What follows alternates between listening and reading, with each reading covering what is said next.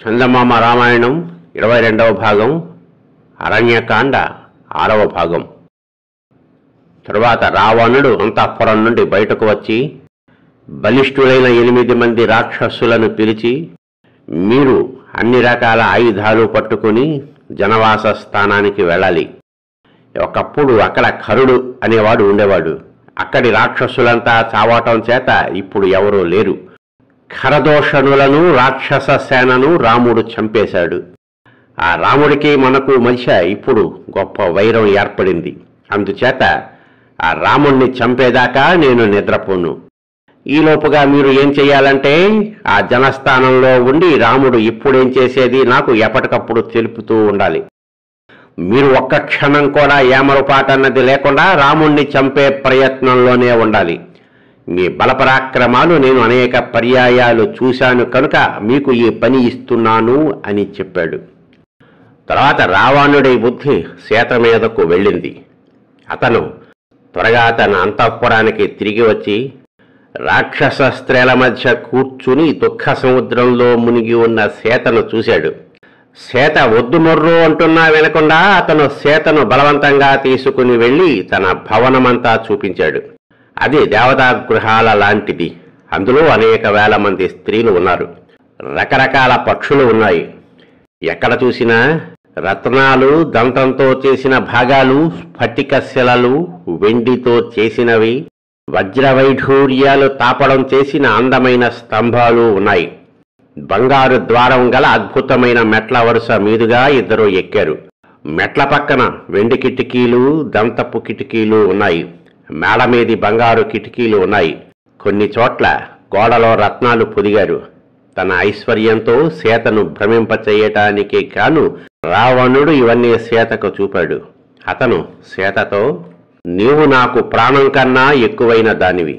నా భార్యగా నువ్వు అంగీకరించినట్లయితే నా మిగతా భార్యలందరికీ నిన్ను రాణిని చేస్తాను. ఈ మహానగరం దేవతలకు కూడా గెలవరానిది. నిన్ను ఇక్కడి నుండి తీసుకుపోగలవాడు 3 లోకాలలోనూ లేడు. నన్ను కూడా దాసుడుగా చేసుకుని ఈ లంకారాజ్యాన్ని నువ్వే ఏలు. ఎప్పుడో ఏదో పాపం చేసి వనవాసం అనుభవించావు. ఇక నీ పుణ్యం అనుభవించు. విమానంలో మనం ఇష్టం వచ్చినట్లు విహరిద్దాం. దుఃఖిస్తూ ఉంటే నీ అందమైన ముఖం కళారహితంగా ఉన్నది. అందుచేత విచారం మాను అన్నాడు. ఇంత చెప్పినా సీత చలించలేదు. ఆమె తనకు రావణుడికి మధ్య ఒక గడ్డిపోచ అడ్డంగా పట్టుకొని అతని కేసి చూస్తూ, నాకు ఒకడే దేవుడు, అతడు నా భర్త అయిన రాముడు.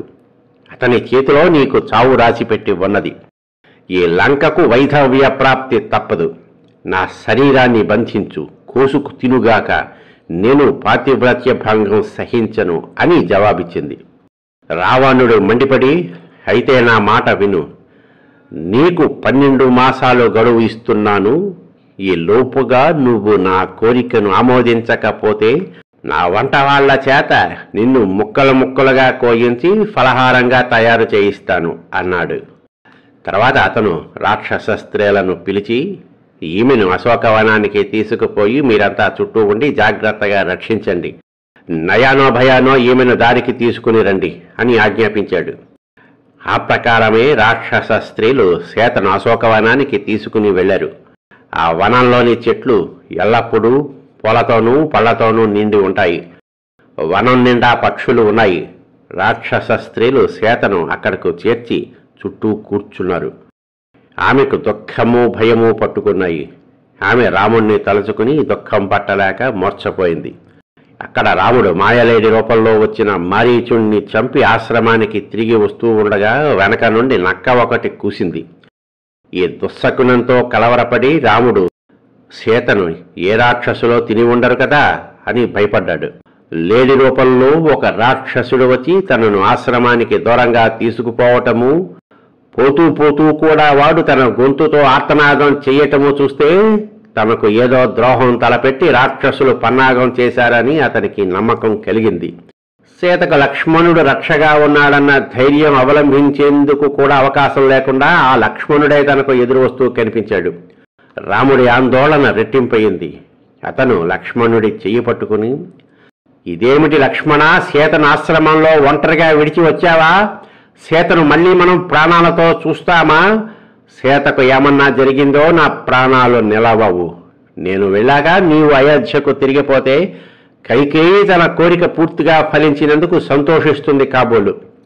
ఆ రాక్షసుడి కేకకు సూర్యుడవైన నువ్వు కూడా భయపడ్డావా? నేను ఖరదోషనాది రాక్షసులను చంపానేమో, వారు పగబట్టి ఉన్నారు.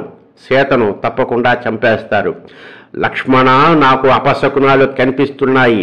దుఃఖంలో మునిగి ఏమీ చెయ్యలేని స్థితిలో పడ్డాను అన్నాడు. లక్ష్మణుడు సీత అన్న కఠోర వచనాలు వివరించి చెప్పి, ఆ పరుషాలు సహించలేక బయలుదేరి వచ్చాను అని అన్నాడు. సీత అజ్ఞానం చేత ఏవేవో అన్నదని ఆగ్రహించి, నీవు నా ఆజ్ఞను ఉల్లంఘించటం చాలా తప్పు. నాకు ఏ ప్రమాదము రాదని తెలిసిన వాడవు సీత వెంటనే ఉండవలసింది అన్నాడు రాముడు. రాముడు భయపడినదంతా అయింది. సీత పర్ణశాలలో లేదు. ఆమె మామూలుగా తిరిగే చోట్లలో కూడా లేదు. ఆశ్రమం బావురుమంటున్నది. అతనికి దుఃఖం ముంచుకు వచ్చింది. అతను సీత కోసం వెతుకుతూ అడవిన పడ్డాడు. సీత ఎక్కడ ఉన్నది అని అరణ్య వృక్షాలను పేరుపూరిన అడిగాడు.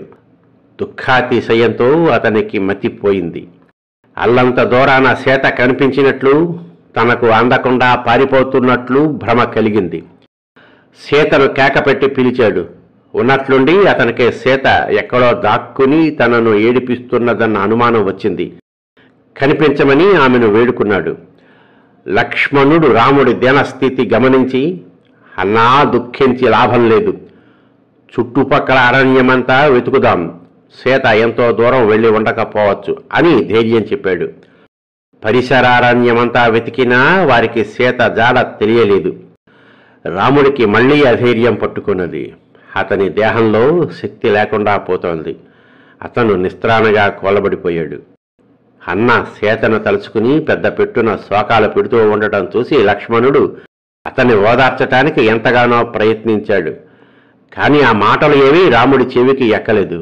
అతను లక్ష్మణుడితో, సీతను రాక్షసుల పాలు కానిచ్చిన నన్ను లోకం నిర్వీర్యుడి కింద జమకడుతుంది. సీత లేకుండా నేను అయోధ్యకు ఎలా వెళతాను? సీత లేని శూన్యంతఃపురంలో ఎలా ప్రవేశిస్తాను?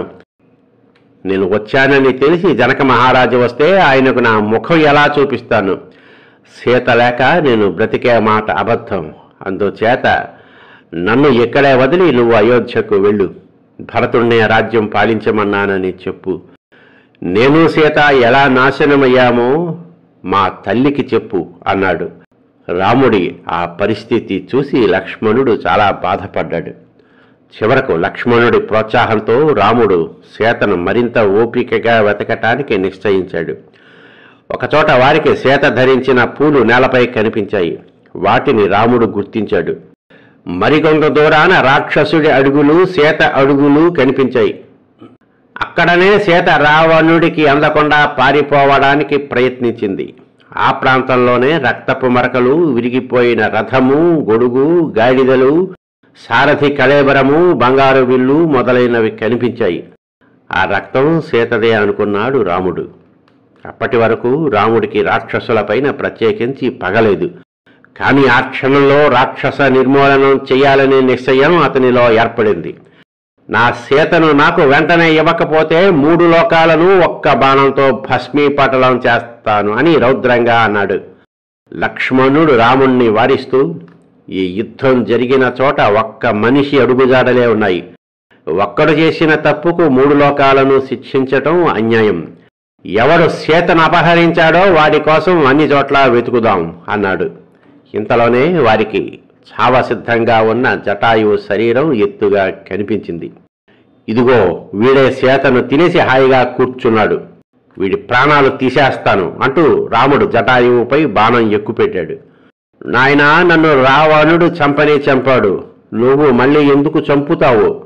వాడు సీతను ఎత్తుకుపోతూ ఉంటే అడ్డుపడి వాడి వింటిని, రథాన్ని, గాడిదలను, సారథిని ధ్వంసం చేశాను.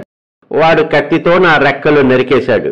తర్వాత సీతను తీసుకుని వాడు ఆకాశ మార్గాన వెళ్ళిపోయాడు అని జటాయువు చెప్పాడు. ఈ మాటలు రాముడి చెవులకు శుభవార్తలాగా వినిపించాయి. ఎందుకంటే సీతను రాక్షసులు చంపి తినలేదు. ఆమెను ఎత్తుకుపోయిన వాడు ఎవడో కూడా తెలిసింది. రాముడు తన విల్లును వదిలిపెట్టి జటాయువును కౌగిలించుకుని దుఃఖించాడు. అతను జటాయువును, రావణుడికి నేను ఏమి అపకారం చేశాను? సీతను ఎందుకు అపహరించాడు? అతను ఉండే చోటు ఏది? అతను ఎలా ఉంటాడు? ఎలాంటి పరాక్రమం కలవాడు? వాడు తీసుకువెళుతూ ఉంటే సీత ఏ స్థితిలో ఉన్నది? ఏమి చెప్పమన్నది? నీకు శక్తి ఉన్నట్లయితే నాకు సమస్తము సవిస్తరంగా చెప్పు అని అడిగాడు.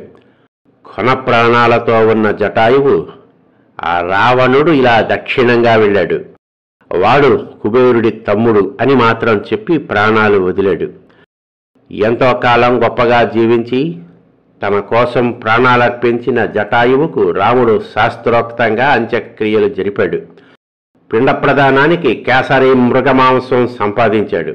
అనంతరం రామలక్ష్మణులు గోదావరిలో స్నానాలు చేసి జటాయువుకు జలతర్పణాలు వదిలారు.